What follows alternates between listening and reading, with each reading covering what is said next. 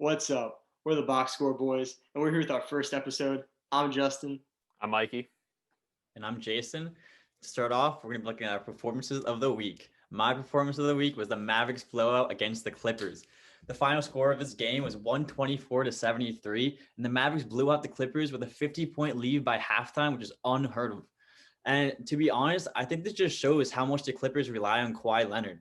He was injured last week with a hit to the mouth, and he couldn't play in this game. But still, like, you need to see the rising stars come up and fill that position, and they couldn't do that.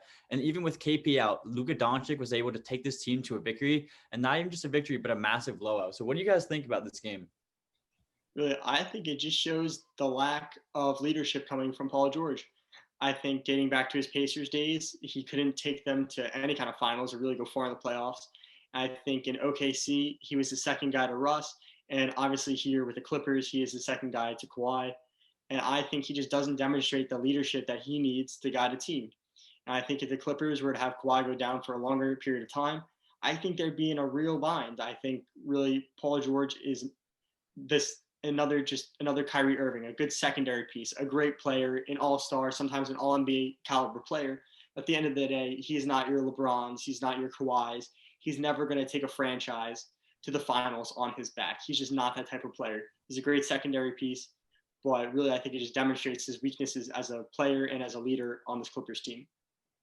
Yeah, I mean, I get your points, but I think I wouldn't read into it that much. I feel like this game says more about the Mavericks than it does about the Clippers. I mean, the Mavs came in 0-2. You didn't really know what they were going to be without KP and then only Doncic in there. But I think it was a statement win for them, and it's definitely going to give them some confidence going forward. But I think the Clippers, it was awful to watch what happened to Kawhi, but that shouldn't be a long thing. So we should be back soon. And I don't really think Paul George really needs to be that one guy because, I mean, yeah, anything could happen to Kawhi, but I feel like there's no reason to think Kawhi won't be that guy. So I definitely think, I mean, the Clippers are hungry after what happened in the playoffs and the bubble last year. They're looking for a win. They really need that championship. And I think it was a great game to watch. It was fun seeing the posts about like the blowout and all that. But I wouldn't read too much into it. I think the Clippers will be just fine. But I do think it gives the Mavericks a bit of a boost, which they might need the rest of the way. Yeah, I couldn't agree more. My performance of the week has to be the NFL record tying performance of the week by Alvin Kamara. 6 rushing touchdowns. He absolutely flamed the Vikings defense. He had 22 carries, 155 yards, and 6 rushing touchdowns. This man was fed the ball and he delivered. The only non-touchdown from Alvin Kamara was from Taysom Hill on a short run right into the end zone late in the fourth quarter. And frankly, Alvin Kamara just had the Vikings number in this game. He never slowed down and he just dominated this team. And frankly, I think it just shows why he's being paid the big bucks. One of the biggest running back contracts in the league. And I think he's one of the players who really proved it. He's one of the few running backs with a high contract that's actually even going to the playoffs this year. And I think in large part because of him. I think Drew Brees has faced injury. We've had to have Taysom Hill completely redesign the offense here. Even with a great defense, though, Alvin Kamara has been the heart and soul of this Saints team. He could be the leading receiver on many teams. And between the scrimmage yards that he gets, he deserves consideration for the NFL MVP, and that's why has my performance of the week. Yeah, no, I mean, Kamara was incredible there. I mean, yeah, a lot of these running back deals, these gigantic deals, they don't turn out well. I mean, a lot of these Super Bowl teams, these contending teams don't have star running backs, but that one so far, I mean, like you look at it, it's just been incredible. I mean, I think he's definitely the top running back in the NFL right now. I mean, a lot of people would still say McCaffrey, but he's just not what he was last year. And Alvin Kamara has run laps around him this season between his injuries and what Kamara has been doing. So I think Kamara is just incredible. I really think he is a double threat with that running game and that receiving game, and he's just what any team wants in a running back. And I think if the Saints are to make it all the way and win that Super Bowl, I think he's going to be the one who is going to bring him there. Yeah, Mikey, I definitely agree with you. I mean, I do think Kamara is really leading this Saints team, and he's probably the best running back in the league. It's a shame because last week in fantasy, he almost put up 60 points, but my team is no longer in the playoff run. So unfortunately, he didn't do too much for me there. But, this performance really just shows how Alvin Kamara can really take this team deep into the playoffs, and maybe they can get a Super Bowl this year. Who knows? No, yeah, I get that. My fantasy team, 3rd place with him on the team. It's tragic, but worse playing against him.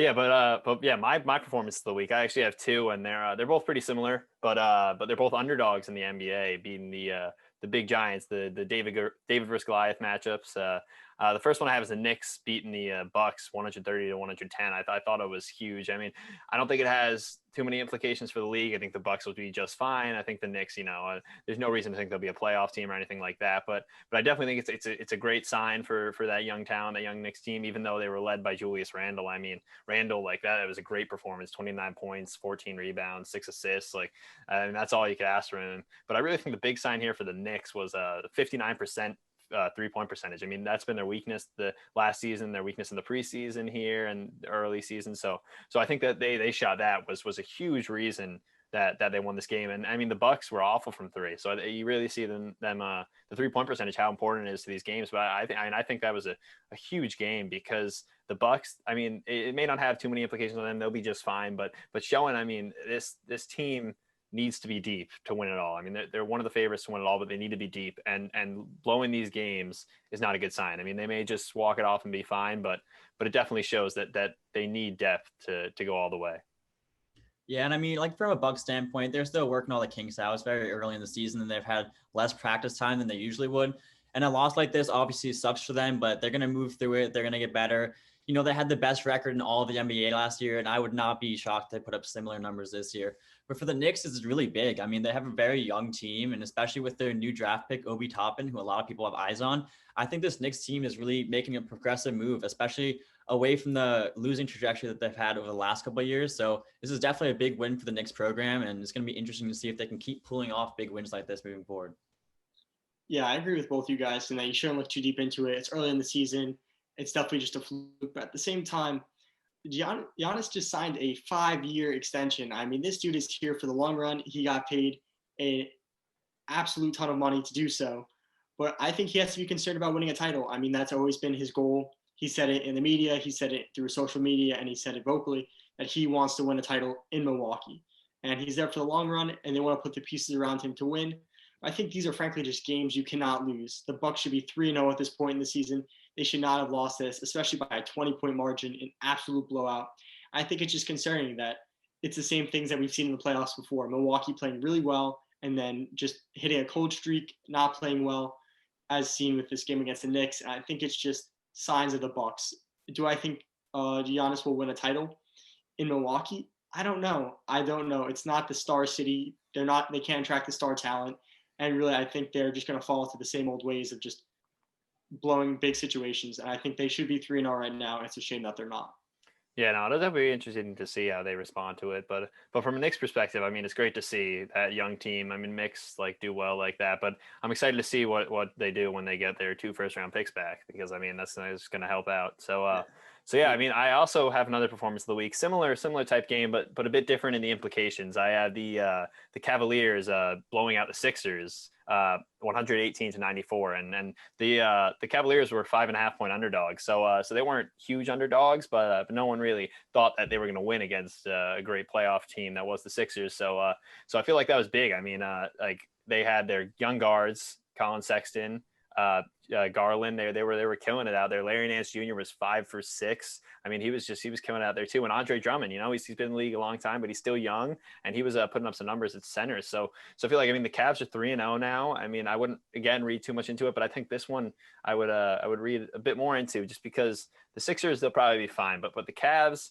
it's definitely an interesting situation because they went from an awful team last year, but they got a lot of young talent, and I really love what Colin Sexton's doing, and I'm excited to see what they can do. So what are you guys' thoughts on that? Yeah, I mean, the Cavs are definitely off to a strong start. And I mean, if you look at this team with the record they had last year, playing very low and also having a big offseason, they've really been able to work out some strong chemistry without the team.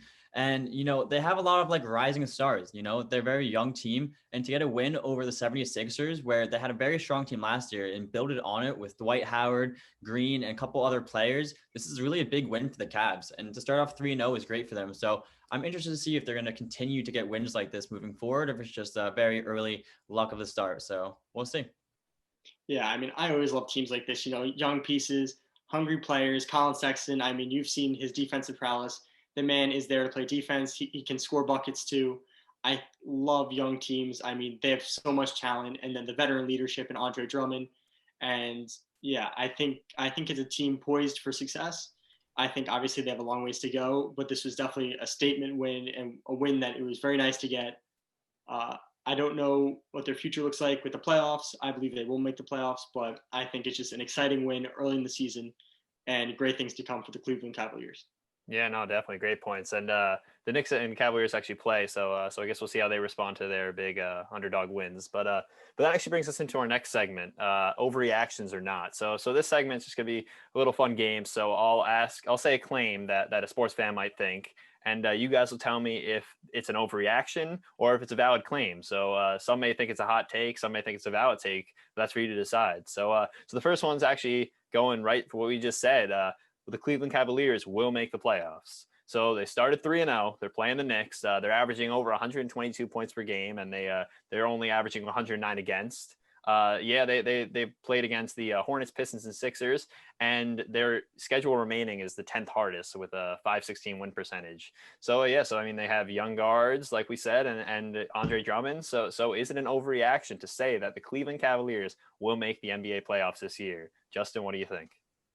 Frankly, I don't think it's an overreaction. I think I understand their strength of schedule coming up. But I think, listen, all these young teams have to become established teams eventually. And I think the Cleveland Cavaliers are on their way. Do I think they'll be the 1 seed or the 2 seed? Most definitely not. But I do. I think they're going to eke their way into the playoffs. And I think they'll make a little bit of noise, but in the years to come, they'll be a great team. But I do think that they've shown dominant wins against Philly. And I think they're just a team poised to be on the run. I mean, we'll see how they play against the Knicks and there are a few upcoming teams. I think that will really be a trendsetter for the rest of the season. But yeah, I don't see how this Cleveland team misses the playoffs. Yeah. No, I see it. Jason, what do you think? All right, so don't get me wrong. I think that this Cavs win against the 76ers was definitely big for them, and a 3-0 start is also big for them. But making the playoffs, you look at this team, they did horrible last year. And yes, they have lots of star power in the young people on this team. They have Andre Drummond leading them. But I think as the season progresses and other teams start to build more chemistry, I don't think that they're going to make the playoffs. I mean, they wasn't much of an offseason in between last year's playoffs and now this start of the season. So I don't think a lot of teams have been able to work out all the flaws within them.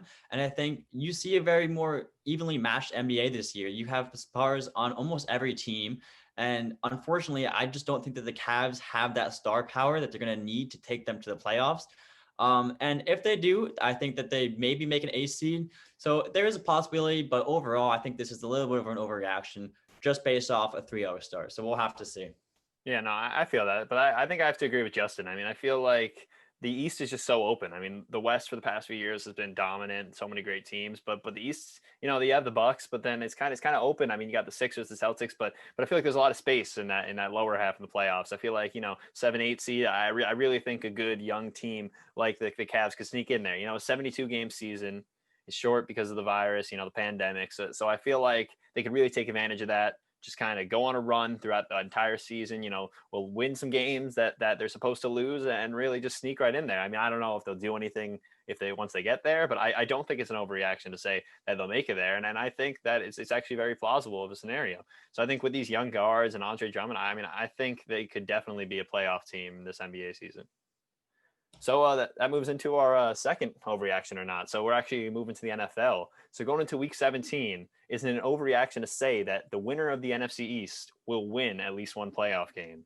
So going into this week, you have three teams still in contention there, which are the Washington football team, the Cowboys, and the Giants. So the Washington football team and the Cowboys are 6-9, but Washington has a tiebreaker and head-to-head record, and the Giants are one game back in 5-10. So Dallas goes into week 17 winning 3 games in a row.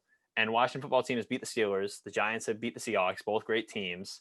And they'll face the Bucks as the 5 seeds. So they'll be the 4 seeds. So it's really a question of can they beat the team that they're going to play? So what do you think, Justin?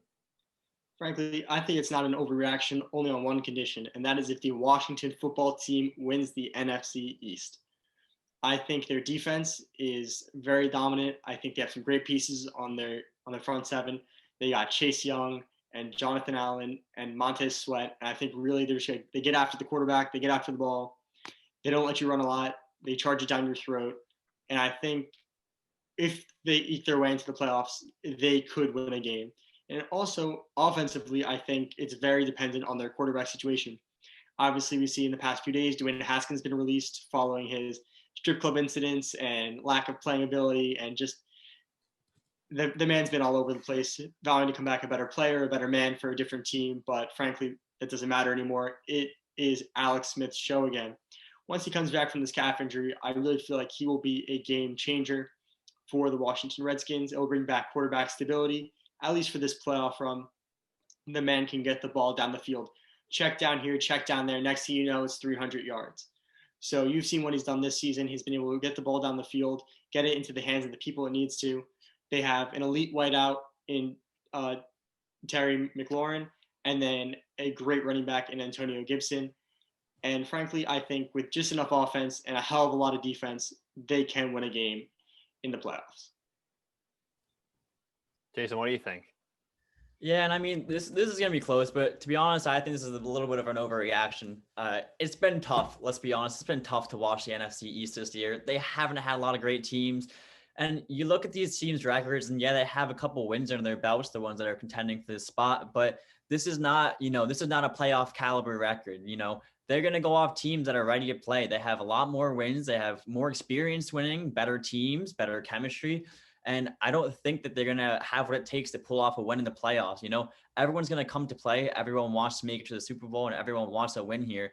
And if you're going to get blown out, you're going to have a mediocre record in a division where there's not a lot of great teams, then I don't see much of a shot for a win in the playoffs. What about you, Mike? No, well, I get what you're saying. I mean, I think it's plausible. I think I do agree more with Justin, and I'm going to expand that a bit. I do think he's actually living in 2019, bringing up the Redskins, Washington football team.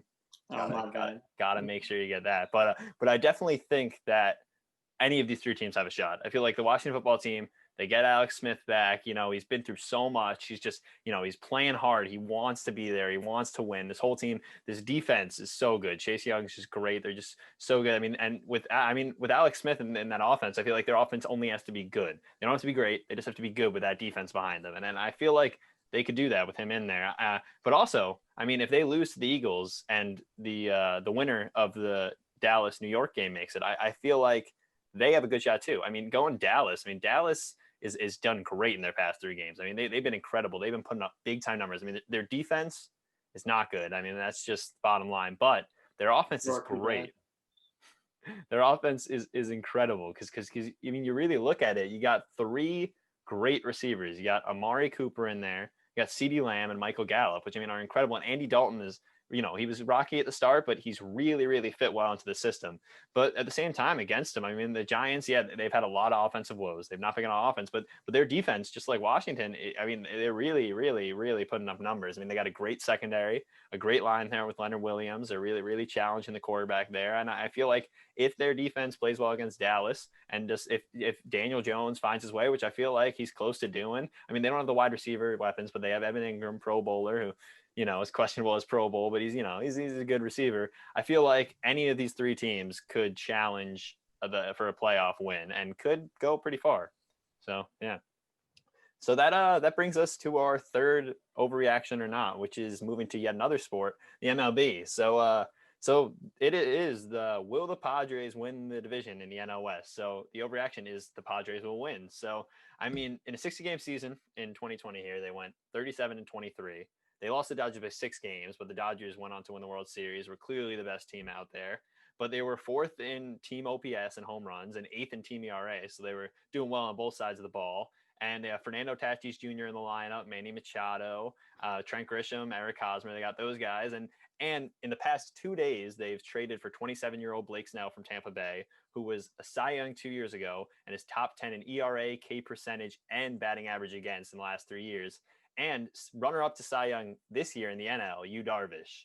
So, they made some big moves, and they were already a really good team, but the Dodgers are a great team too. So isn't it an overreaction to say that the Padres will win the NL West in 2021? Justin, what do you think? Frankly, I think it's not an overreaction. I think the Padres were a great team last year, and I think they're going to be an even better team this year. I think the additions that they've had, especially in their starting rotation, have been astronomical. 2 Cy Young caliber pitchers. That is like that is quite the challenge for the Los Angeles Dodgers to have to face this team that often. I mean, I feel it's definitely going to affect the Dodgers record. I feel like the Dodgers have always had a tough time outside of winning the NL West. I mean, they've won it for so many consecutive years, but I feel like there's never really been a challenger. And I feel like the San Diego Padres really stepped up, pretty much emptied out their farm system to get these pitchers and these additions. But at the end of the day, I feel like they've done what they need to do to win the NL West this year. Yeah, okay. Jason, what do you think? Yeah, no, Justin, I'm gonna have to agree with you on that. I mean, can the Dodgers also win it? Yes, but I think the Padres have a great chance. If you look at their record last year, they were definitely behind the Dodgers by a little bit and couldn't quite catch them. But let's look at like what they did with their trades over the offseason and some of the picks that they got. You know, these pitchers, these different trades are really going to contribute to the team. And I think that, you know, when you're shifting your team that was already very good to an even better team, then you definitely have a shot, even against the Dodgers, who were very strong last year. So, you know, it's going to be close. It's going to come down to the wire, and any team could get it, but it's definitely not out of the picture to say that the Padres could get it this year. So we'll see. Yeah, no, I mean, I definitely get that, but I think it's a bit of an overreaction. I'm gonna have to disagree with you guys because I feel like the Padres are gonna be great. They were a great team this year. You know, they showed up. They had a young, exciting team. You know, the whole Slam Diego thing. It was awesome. I was loving it. But again, I mean, I feel like it's a bit of like some recency bias with these trades. I mean, the Dodgers are just so good. I mean, they've been good for so long, and yeah, the Padres' time will come. The Dodgers windows it's going to close. They got some older players, free agents, can't sign them all. But for this one last year, I mean, they have Corey Seager, I mean, Manny Machado, Justin Turner, all up there. I mean, it's just. Not Manny Machado, Mookie Betts. Sorry, it's my bad. Manny Machado the other side, but I mean, Mookie Betts is just so good, and Justin Turner is just so good. I feel like in that rotation with Clayton Kershaw and Walker Buehler, like those are some of the best pitchers out there, and the bullpen is going to be so good. So I feel like the Padres are going to be so good with Manny Machado and Tatis and that whole team. But anything that they have, the Dodgers can match with the same level of talent or better. So though I think the Padres' time will come, I think 2021. The Dodgers are gonna keep that NL West title, and they're gonna extend that streak just a bit longer. So I don't think that's one that's gonna happen. So I think that's an overreaction. I don't know. So yeah, I mean, let's move on to the next one because I don't want to get your booze. So here's our last one. So it goes back to the NFL. This is a bit more about players and the gameplay, but is it an overreaction to think that the Bears should extend Mitchell Trubisky? So the Bears right now are 8-7. They're currently in a playoff spot, but it's not guaranteed. We have to see what happens in Week 17. But Mitch Trubisky in 2017 was the second overall pick, same draft class as Patrick Mahomes and Deshaun Watson. He was a Pro Bowler in 2018, but is definitely not up to the level of those two guys. But he is the fastest Bears quarterback to reach 10,000 yards passing and 1,000 yards in rushing. So he reached those two marks faster than any other Bears QB, and he's had a 64-36 touchdown interception ratio, which is great. So he's been very up and down, and he's been benched multiple times. And the Bears had a chance to get his fifth-year option and accept that for another year of him, but they declined it before the season. But in his last 4 games since taking over after being benched, he's had nearly a 70% completion percentage and a 102 QBR. So that's the question. I mean, he's so up and down. So do you think it's overreaction to think that the Bears should extend Mitchell Trubisky? Justin? Yeah, I mean, listen, this one's definitely the toughest one that we have, but I don't think it's an overreaction. I think looking at what you have in this upcoming draft class at their draft spot and then the players in free agency, I think it's just best to stick with somebody who knows the system, who this season has been proven that he's a winner. And I think you just got to stick with Mitch on this one. I mean, you're looking at the draft class. They're going to miss out on Trevor, Justin Fields, Zach Wilson. Unless they're trading up, none of those guys will be near their draft pick. And then I think when you turn your attention to free agency, I mean, I don't see Dak hitting the market as much as everyone talks about it. I don't see Dallas letting that happen. And then you start to look at second-tier quarterbacks such as Jameis Winston, and then really you just figure out that Mitchell Trubisky is better than those guys. I think that although his numbers aren't eye-popping, and they never will be, I think you'll be able to save money by not getting a star quarterback and paying him star quarterback money, putting that into your offense or especially your defense, which is, as the Bears are known to have, a lethal defense. And I think he's a winner, especially this season. He's demonstrated it. He was 2-0 before the benching. Obviously, he gets benched in the third game. They end up losing that game. They were going to lose it anyway. He's come back, and he's put them in a position to fight for the playoffs. So I think give him a 1-year deal, a prove-it kind of deal, average quarterback pay, put some weapons around him, re-sign Allen Robinson, work on the run game, and just see what happens. But I don't think you could go out to free agency or the draft. I think you have to stick with Mitch. Okay, Jason, what do you think? Yeah, no, I agree with Justin here. I mean, is he going to be a Mahomes? Is he going to be a Watson? No, probably not. But I think he's the best bet for that this team has in the moment. He's still a very young player. He was only drafted in 2017, as you said. And he's had his ups and downs, but he's also had some very outstanding performances this year with some of the stats that he's reached. So I think, and this goes on along with what Justin said, I don't think you need to give him a 5 or 10 year contract or put, half your budget on him, like a crazy deal on him. But give him a year, give him 3 years, and see how he does. And then if he's not performing for them, then then you can drop it. You don't need to extend the contract. But I think in the position that the Bears are right now, you look at their season going 8-7. They're a very mediocre team on the upper half, and I think you have to give him another shot to work out those kinks and see how he does next year and over the next couple of years. But I definitely don't think extending his contract is an overreaction. Well, I mean, valid points, but I am once again disagreeing with you guys.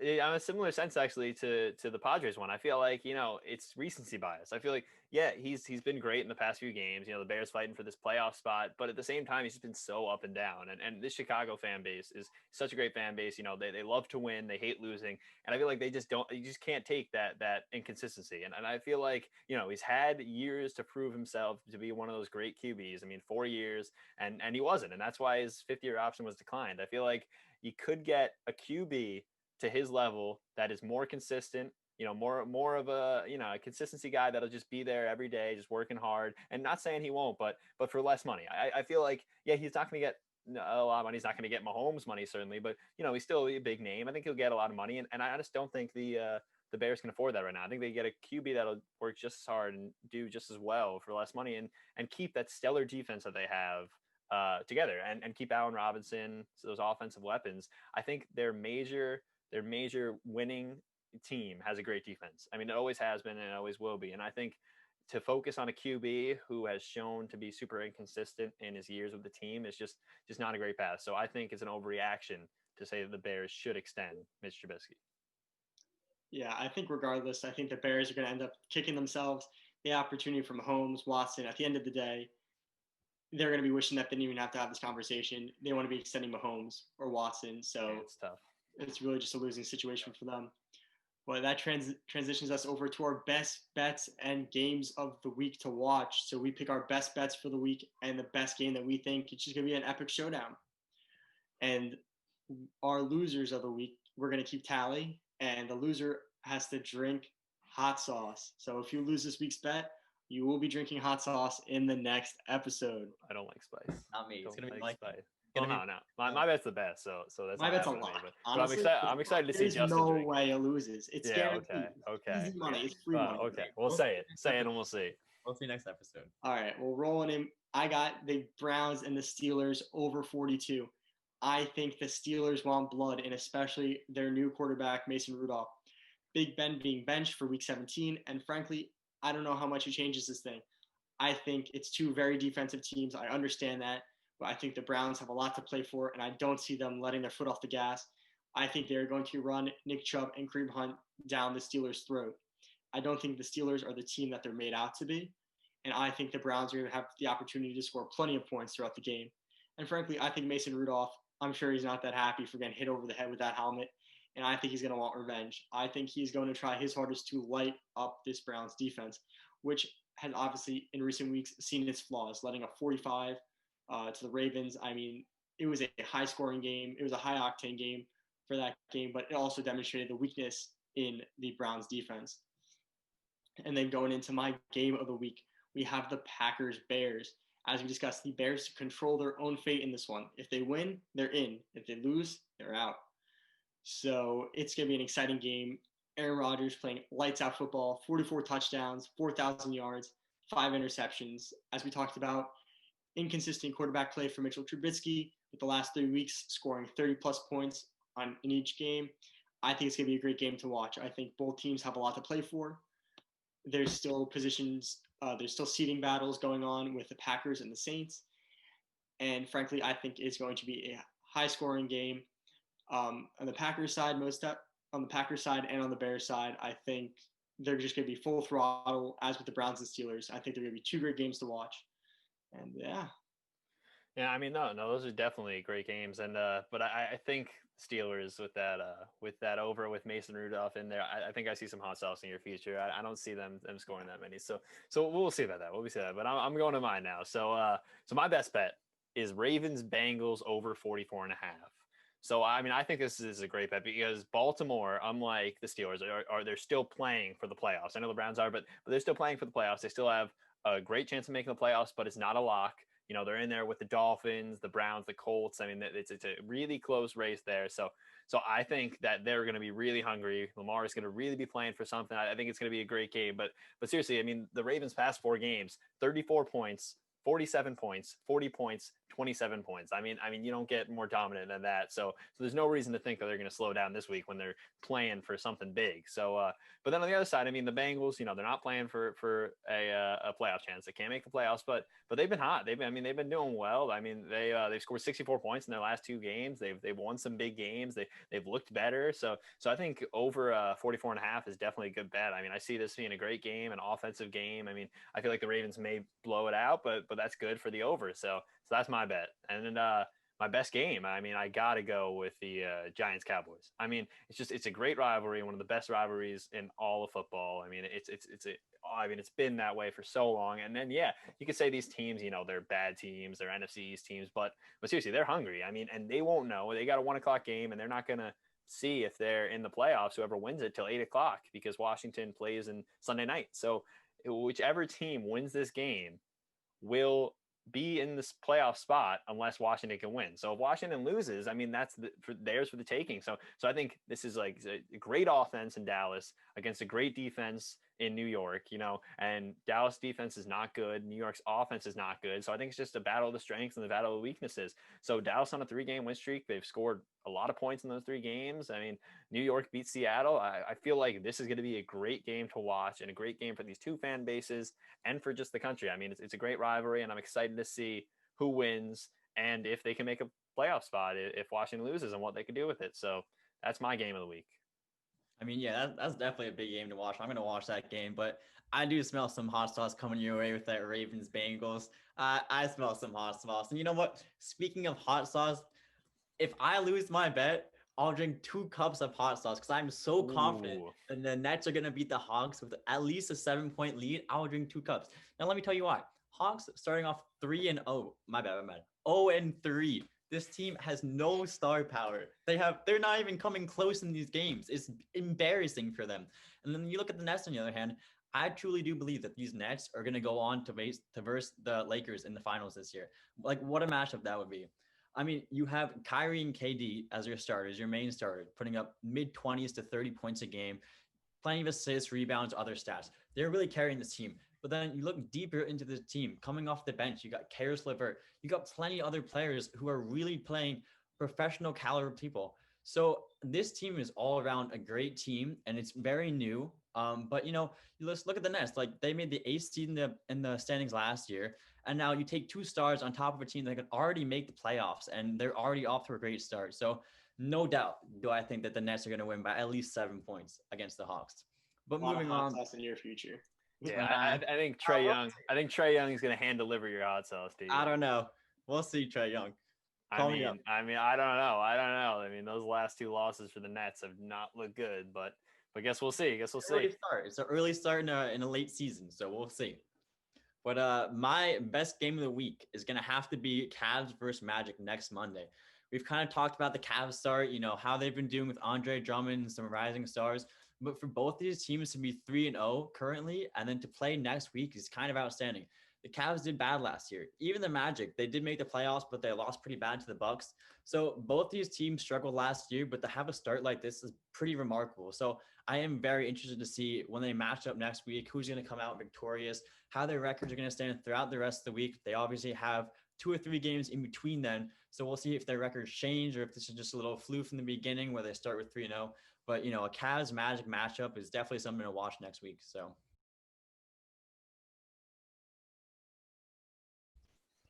No, yeah, I mean that's definitely a great game. I mean, those two surprising great teams. I mean, I'm excited to see how they play against each other. But yeah, this is a fun episode. I mean, it was awesome first episode. To anyone tuning in, I'm glad you tuned in.